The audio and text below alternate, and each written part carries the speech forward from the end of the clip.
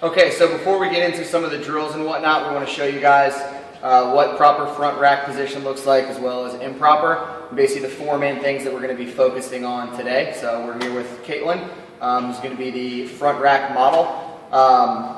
So before we get into it, we're going to just briefly point out what we're looking for. So we want the upper part of her back, the T-spine, to always be upright and tall.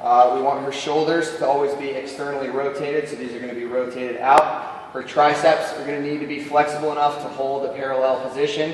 And then lastly, her wrists to be able to hold the bar into place. So what we're going to first do before we get under the bar is kind of illustrate that starting position.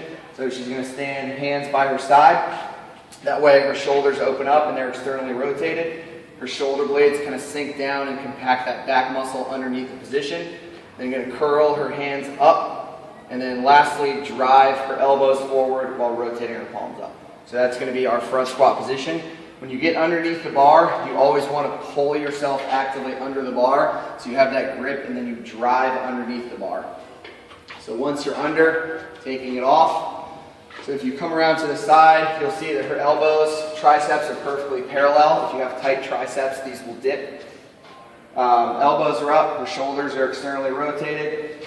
Upper back is nice and tall, so it's easy to get into this position, but the key is then holding it when you go down on either standing up a clean, doing a front squat, doing a thruster. You always want to make sure you can hold that position. So as she goes down, go ahead and go down. So as she goes down, really making sure those elbows stay up and everything stays intact. You'll see her back is not hunched over, everything is nice and tight, and on that return position on the way up, actively kind of reinforcing that by driving the elbows up.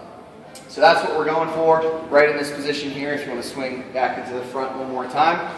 So being able to hold that position while you're setting up, but also under tension once the movement starts. So some things that we want to avoid, go ahead and set it back real quick, Caitlin, are on your grip being too narrow, which is going to internally rotate your shoulders and hunch your grip forward.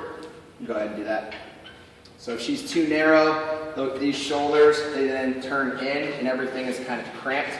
When you go down, so say for example, if we were doing a thruster, having your elbows dip. So if she goes down, somebody that dips, their elbows would be all the way down here and kind of hit their knees. What that's going to do is pressurize your wrists right here when your wrists really shouldn't be holding any of the weight. And then her chest is tipped forward, so all of her weight is kind of off balance. When she comes back up, she's going to be leaning forward, and the whole lift is kind of thrown out of whack. So those are the four main points that all of these drills will kind of reinforce. Keeping that tight back, externally rotating the shoulders, loose triceps, and then wrists that are flexible enough to hold that bar.